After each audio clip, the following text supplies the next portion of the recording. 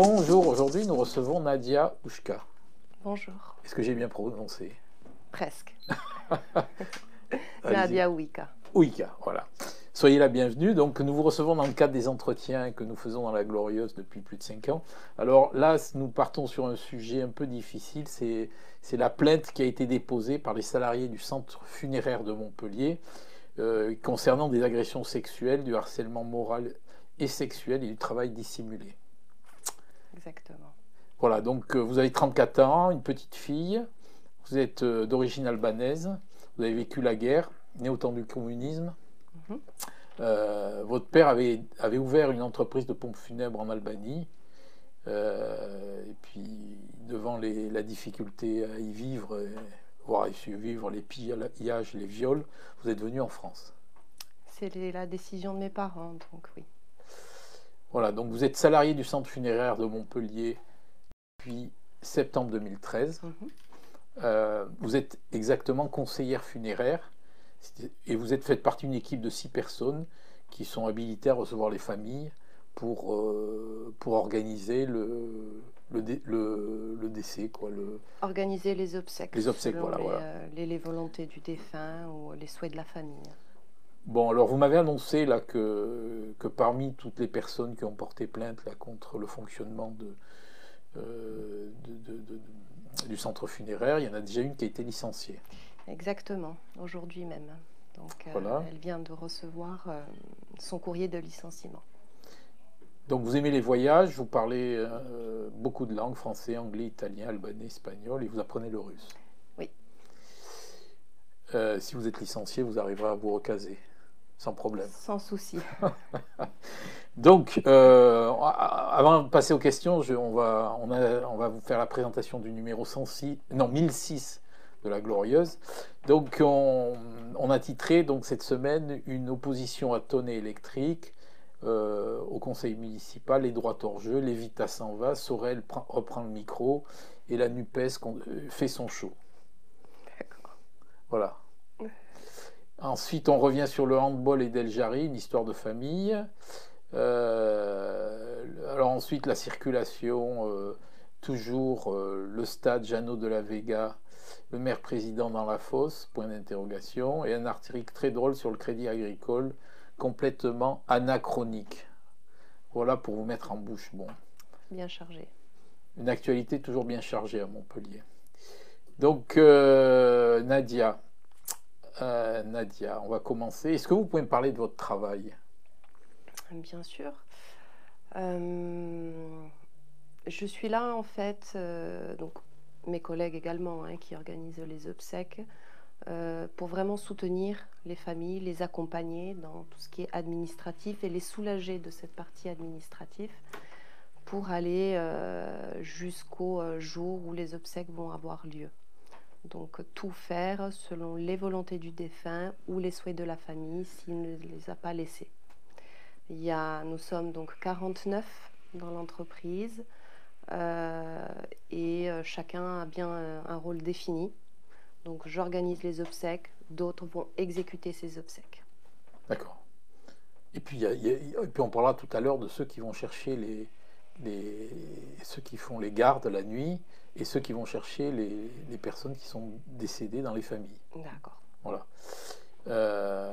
C'est pas dur de travailler dans un centre funéraire? C'est pas toujours évident.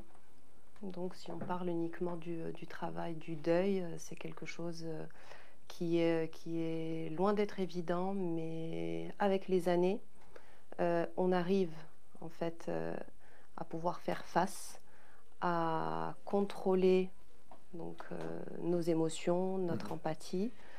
Et puis, il faut avoir une vie très équilibrée à côté pour pouvoir faire face justement au deuil. C'est pas évident. Vous avez une formation pour travailler là-dedans? Tout à fait, oui. J'ai le niveau 4 donc, de conseiller funéraire. C'est un diplôme qui est reconnu maintenant.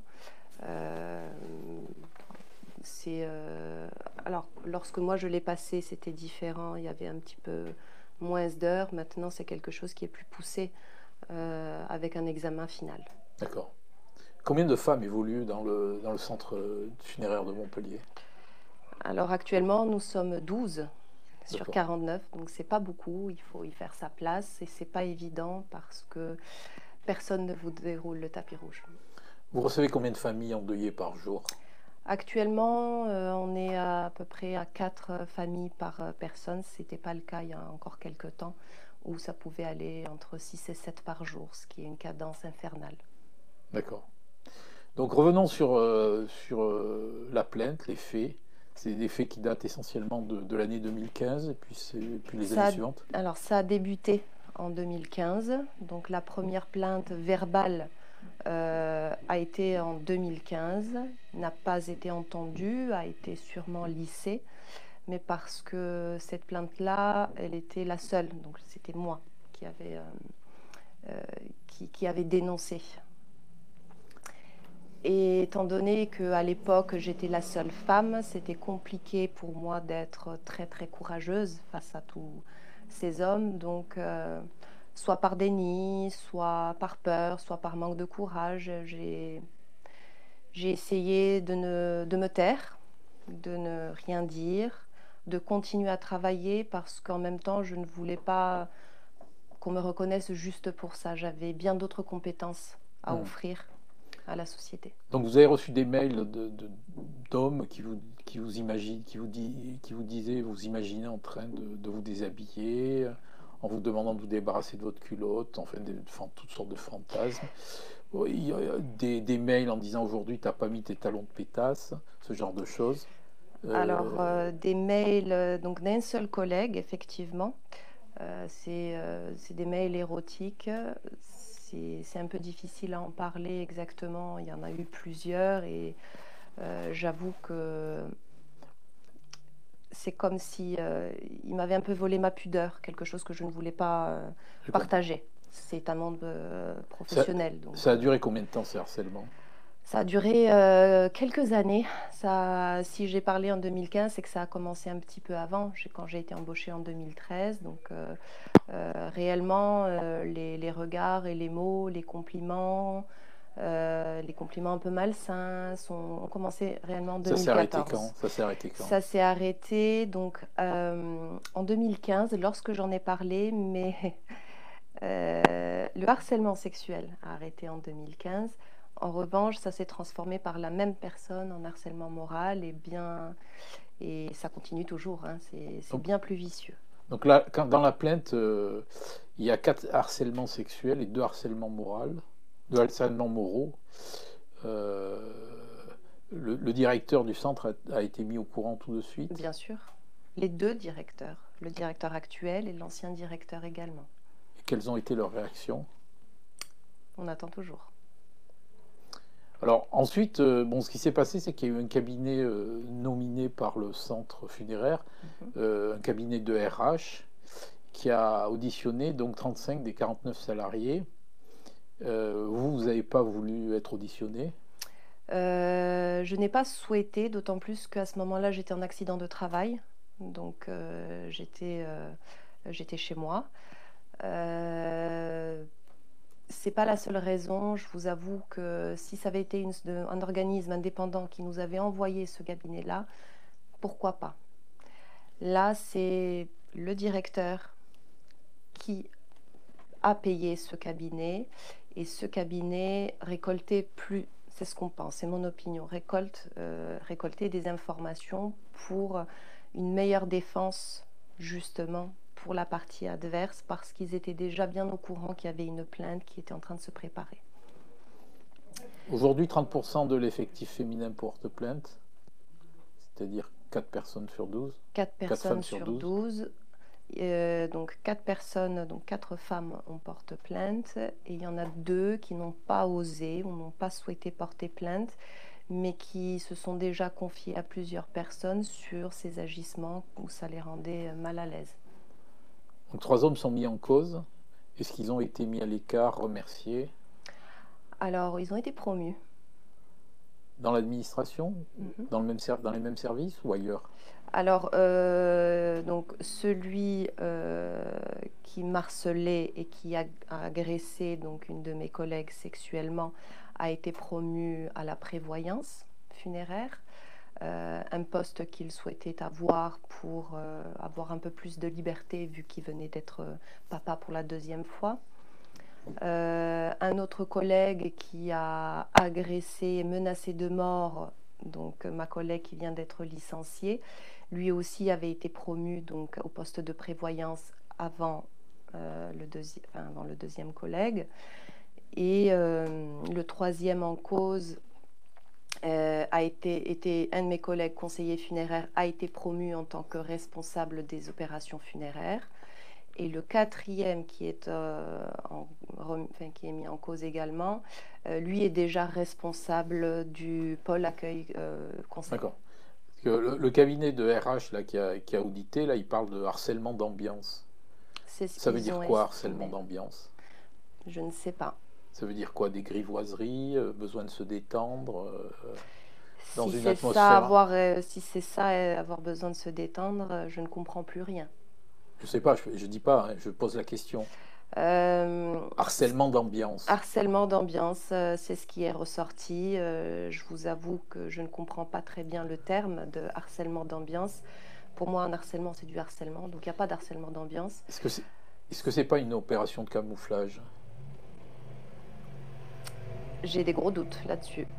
Ce qu'il faut savoir, c'est que ce cabinet a effectivement auditionné 35 personnes, mais ce qui n'est pas dit, et ce qui n'a pas été dit donc, par la direction des services funéraires de Gramont, c'est que plus de 20 personnes ont refusé de signer, justement, parce qu'ils ont pressenti que quelque chose n'allait pas dans les questions et dans les informations demandées à ces gens-là. Donc le compte rendu, excusez-moi, mais il est fait sur plus de 10 personnes, dont 7 font partie de la direction. Donc pour moi, il est caduc. Alors, à part ce dossier harcèlement, il y a un dossier social. Alors, bon, l'ensemble des hommes qui font des gardes de nuit dans vos services, voilà, donc les services funéraires, ils sont payés 3 heures pour la garde de nuit. C'est ça? Effectivement, en fait, il y a plusieurs choses Depuis là-dessus. 20 ans. Depuis 20 ans. Depuis que les services funéraires de Gramont existent réellement, donc les premiers sont déjà partis à la retraite, donc il y a encore des personnes où ça fait plus de 20 ans qu'ils sont là. Donc ils travaillent toute la nuit, et ils sont payés 20 heures. Alors, ils sont payés 3 heures. 24 heures d'affilée et parfois 28 heures d'affilée. Ils sont payés la journée normale, aux heures normales, jusqu'à 17h30.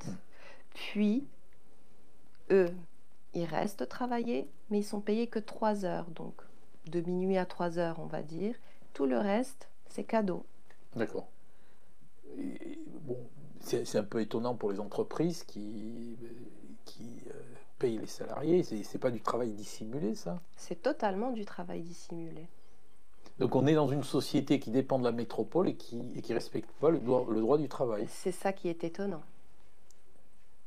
Comment on peut laisser faire ça? Alors bon, dans le dossier là, que j'ai lu, là, la Cour des comptes estime que l'agglomération fait 11% de rentabilité sur les services funéraires. Bien et plus que c'est mieux les que dans le sociétés privé. privées. Ah oui. C'est une pépite d'or, Gramont. Donc effectivement, on a l'avantage d'avoir 3 entités différentes, donc les services funéraires en tant que pompe funèbre, le crématorium et la chambre funéraire. Donc on brasse des millions, effectivement, et tous les ans, il y a la rentabilité, elle augmente. D'accord. Et on paye simplement 3 heures les salariés la nuit. Les salariés, donc, qui vont chercher les corps dans des Montpelliérains qui conditions décèdent. Parfois misérables. Ce sont des conditions très très difficiles.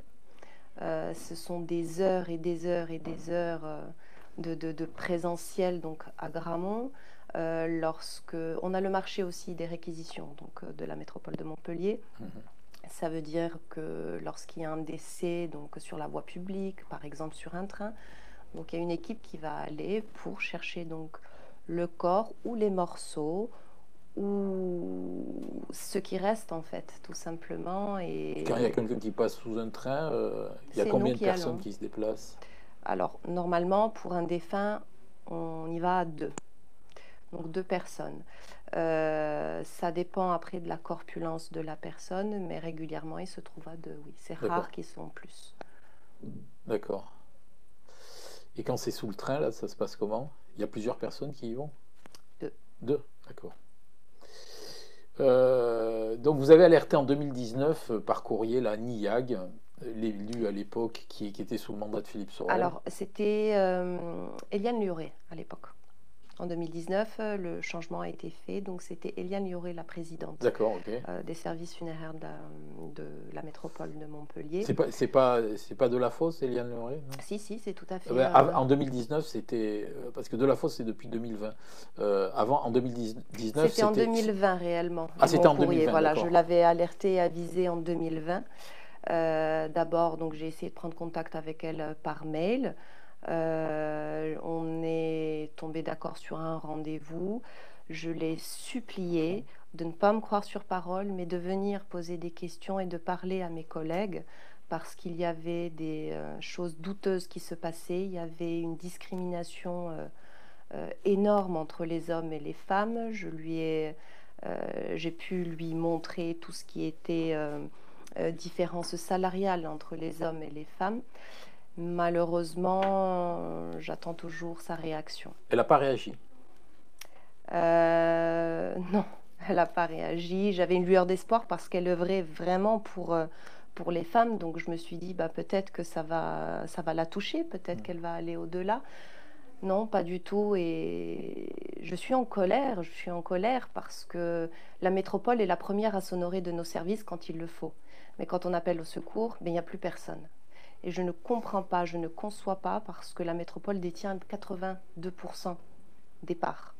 Donc sur nos camions, il y a marqué métropole. Sur nos dossiers qu'on remet aux familles, il y a marqué métropole.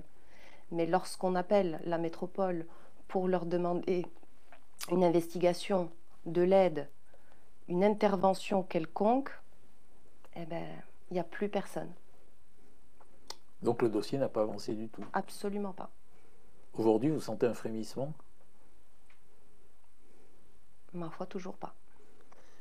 C'est bien étonnant. Quelles sont les répercussions sur votre état de santé personnel et celui de vos collègues? Je vous avoue que c'est catastrophique. On essaie d'être courageuse. J'ai une collègue qui est en accident de travail donc depuis le mois d'avril. Un de ses harceleurs est allé un peu trop loin ce jour-là et elle n'arrive pas à s'en remettre. Elle n'arrive même pas à s'approcher de Grammont. Elle est donc sous médicaments, elle est suivie psychologiquement. Elle est en plus dans une situation de précarité parce que la direction refuse de lui payer son salaire. D'accord. C'est exactement la même chose qui m'est arrivée à moi, où j'ai eu un accident de travail, donc je me suis fait mal au dos. Et dans les deux cas, ils ont contesté l'accident de travail. Une enquête a été ouverte par la CPAM. La CPAM a bien reconnu donc, nos accidents de travail, mais on attend toujours l'argent. D'accord. Et vous alors, au niveau de la santé, au niveau du moral? Je passe par des hauts et par des bas. C'est pas évident en ce moment parce que depuis le 14 octobre où c'est paru donc à la télé, où ils sont officiellement au courant de ce qui est en train de se passer, on est bizarrement encore plus harcelé. De l'abus de pouvoir, alors c'est pas des cris, hein, mais c'est bien plus vicieux que ça. C'est des regards, c'est des mesquineries, c'est une surcharge de travail pour certains, pas pour d'autres. C'est difficile à expliquer si on n'est pas dedans. Vous êtes dans la peine. Je suis bien dans la peine, mais je ne suis pas la seule. Pourquoi, selon vous, la métropole reste passive alors qu'elle a été informée par courrier d'avocat? C'est une question qu'il faut leur poser. Parce que je ne comprends pas. Je ne sais pas ce qu'ils attendent. Est-ce qu'ils attendent un viol? Est-ce qu'ils attendent un meurtre ou un suicide? Je ne sais pas. Ok, bah écoutez, sur ces mots difficiles, je vous souhaite quand même une belle journée à vous.